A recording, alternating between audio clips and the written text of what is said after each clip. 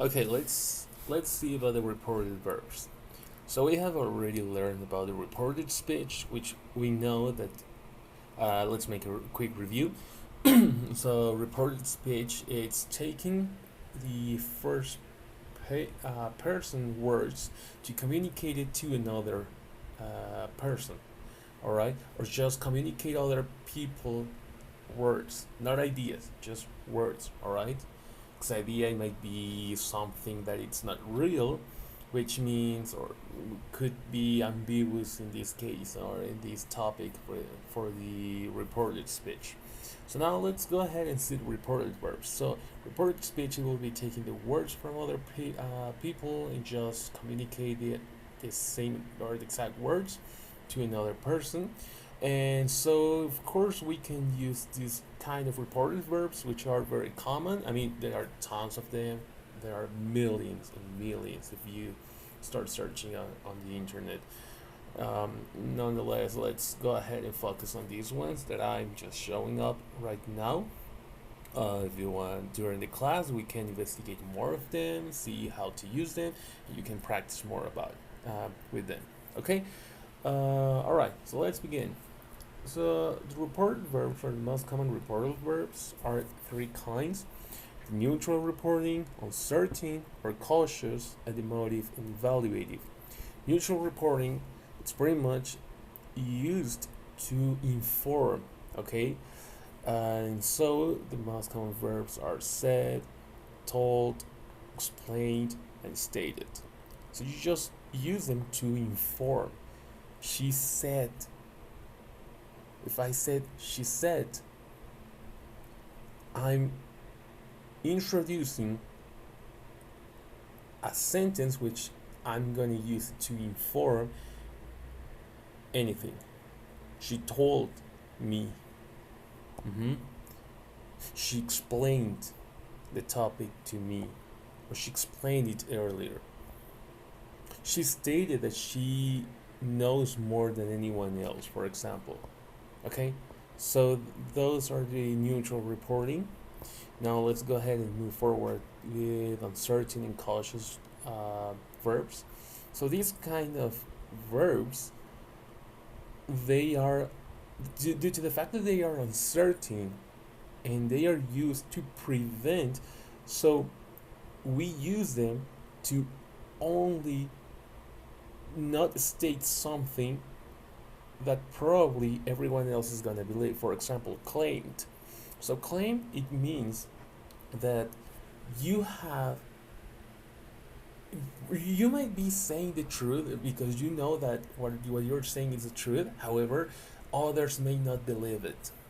Like, let's suppose the river is polluted and the only company, or there's a factory nearby the river, and which has to get rid of tons and tons of toxic products, okay, toxic waste. However, the CEO of the factory claims that they are not responsible for the pollution of the river. Would you believe that? That's the question. Would you believe that? Of course, some people might believe that whatever the CEO of that factory, it's true. All right. So whatever the CEO of that factory, whatever he's saying or she's saying, it is true, and others may believe the contrary. All right, all the opposite, which means it's not true. So that's the big question in here. So you might be saying the truth, or you probably, or you are definitely saying or telling the truth. However, others may not believe that, and that's why it's uncertain. And the same comes with suggested, implied, and suspected. So these verbs are used to express uncertainty and prevention. Okay, suggested, for example, it's another idea. If you suggest do you have any suggestions with how should we move the the airplane from part A to point B, from point A to point B, you might have a suggestion, okay, which is an idea. However, it may not be 100% certain that that idea will work 100%. Okay, am I being myself clear in here? That's the most important thing for you to understand. So it's a suggestion, still being something uncertain. Implied, when you imply something, it's more cautious because you might be aware of a lot of things, but when you imply anything, it is for you to be cautious. Okay, or it could be as well uncertain because you might know it, but others might not believe it as well. You suspect it. That's still being cautious.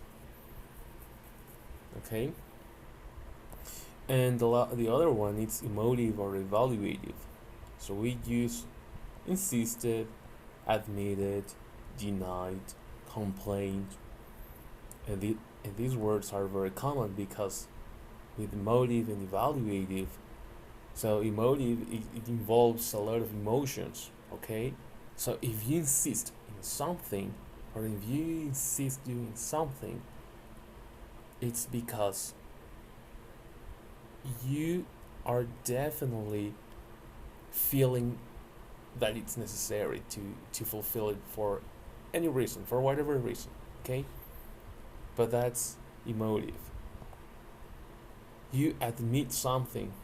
Okay, it could be emotive as well. You admit it because you might be feeling probably happy and you say, okay, yes, I admit I did that.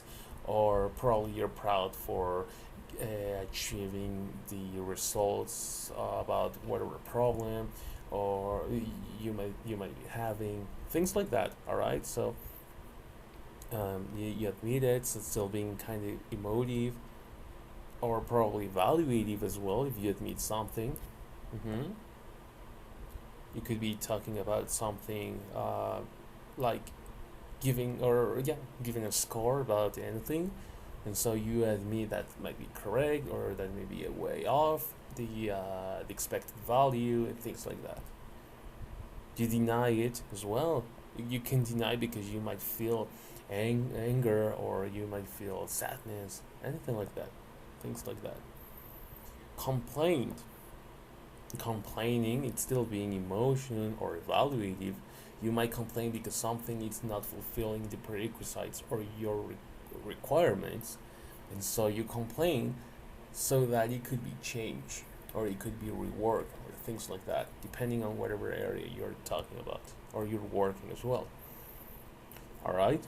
So that's the main reason why we use these three kinds of areas, or let's call tiers: neutrals, uncertain and cautious, emotive, and evaluative. Now let's move forward with the grammar pattern. So grammar pattern shows three, four, five, six words. Sorry, didn't count them at first, but I chose these 6 words which are very common, and let's go ahead and review a little bit. So promise. If you want to use promise, for example, you have to use the word or this verb promise, and then you have to add to plus the verb, and the verb of course has to be in infinitive, has to be written in infinitive. All right, or said in infinitive. So I let's go ahead and make just a simple sentence. I promise to take you to the to the hospital, I was gonna say, but no. I promise to take you to the amusement park, to the fair, to the cinema, to the movies, things like that. So I promise to. Now let's go ahead and try to transform it into reported speech. She said that you promised to take her to the amusement park. She said that you promised to. She said that you promised to take her to the movies. All right. Now let's go ahead with refuse. If you want to use refuse, it happens the same thing with promise. You have to use to plus the verb. Okay? And think about it. So if we go ahead and check promise, we come back to the three areas that we just divided at the beginning. We can think about the promise. It could be uncertain. Well, not really, because when you promise it, because there's something certain, it's gonna happen 100%, or that was supposed to happen. Okay, even though the sentence is transformed into negative. Emotive or evaluative? Yes, okay. Because I promise, if you break a promise, you may cause some sorrow, sadness, or things like that. Sorrow, no. Sorrow is a strong word for this example. Let's use sadness. So sadness, you may cause the person in question to feel sad about it. You really don't want to do that. You really don't want to achieve that.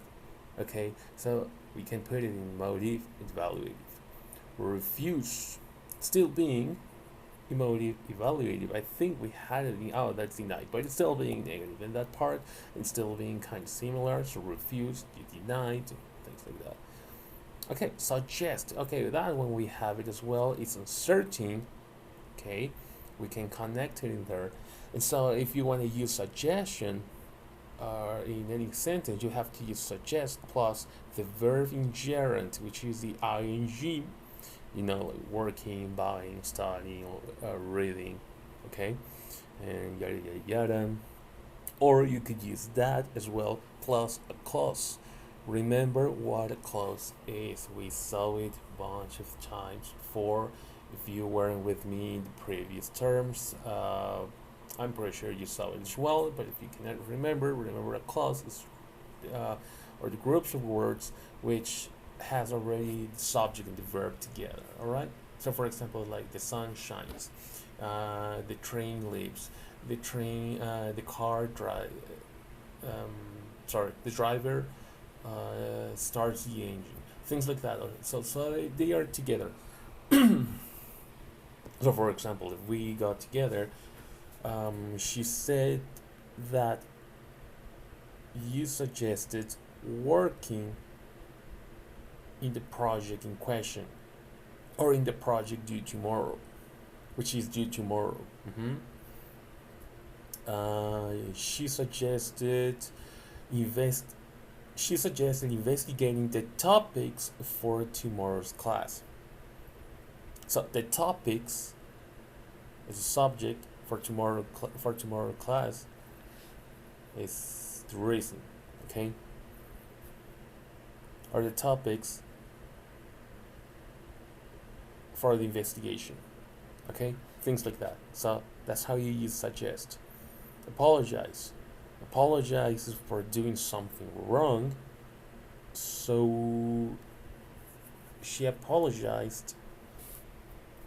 It's nothing related with neutral, nor with uncertain or cautious, but it's evaluative, because if she or anyone apologizes, it's because there was a damage in there. And so if you make a damage, excuse me, that means that you have to apologize, because probably the consequences were very negative. All right.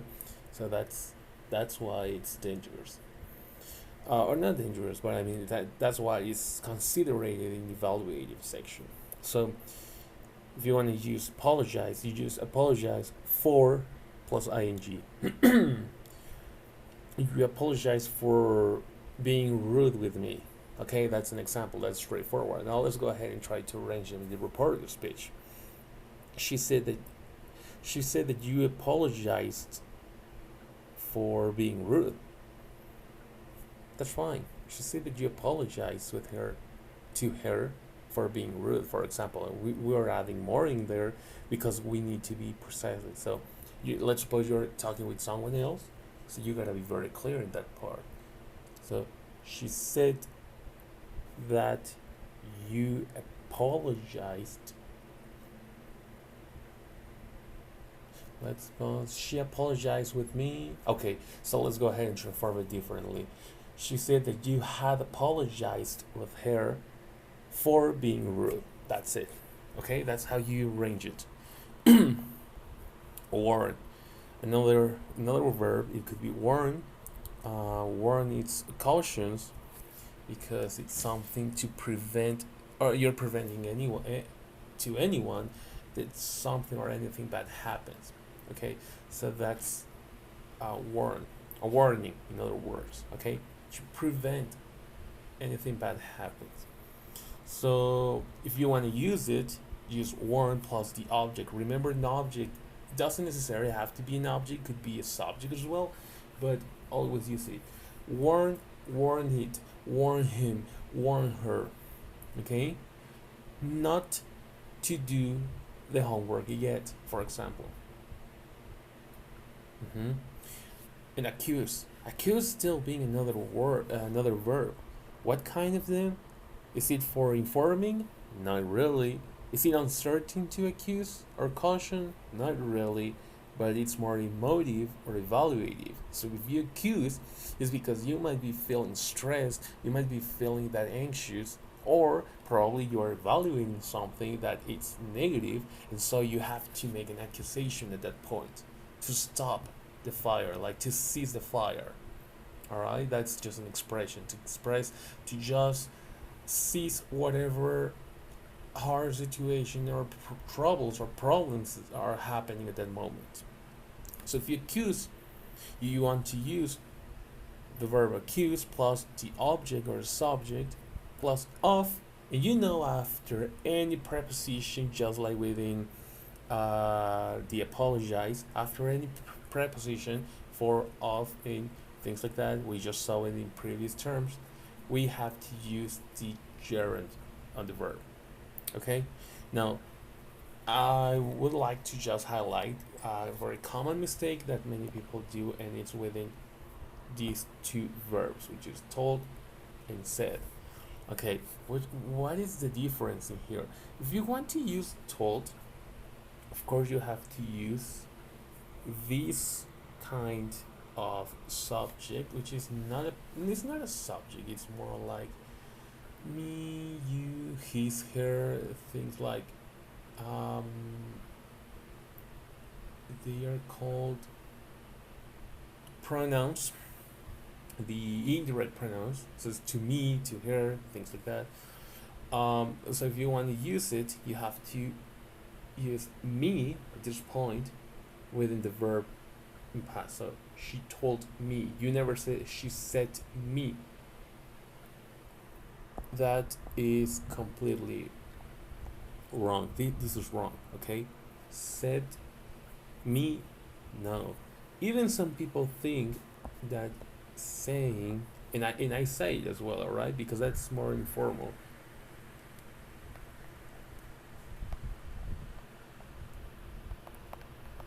Okay, this is not 100% accurate. That one is not 100% accurate. This is not right, but no wrong neither. I mean, when you speak English in an informal way, it's okay to say said to me. However, if you are speaking or explaining in formal English or proper English, let's call it like that, that's wrong. Okay, the grammar is totally wrong. So try to avoid this whenever you are talking or speaking formal English or English with someone who is probably older than you. Okay, things like that. Another question, another common mistake that people do is, like, for example, with questions. Where are you from? So you want, it is art, okay? Where are you from? And so some people go ahead and use a report speech as, I don't know, oh, she asked me, she asked where, and here's where comes the problem. Was I from. Okay, this is wrong. Why? First of all, remember the way that you make questions, you always use your auxiliary verbs and your verbs after the W word. Where are you from? And so you have to end using the question mark. For reported speech, you never use question mark, and so you have to change these two. So you end up having or saying, she asked where I, so the subject goes first or before the verb, was from. Okay, that's another common mistake people make, sorry. Now they another example, it could be oh, the one that we said, right? Said me. No, just said told me. Okay, they told me. They said. If you want to use said, then you want to use that at that moment. Okay, like for example, here you say,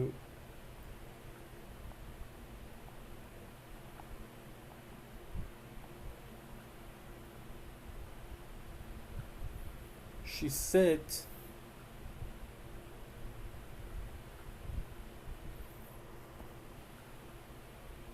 sorry, I want to keep it formal, alright?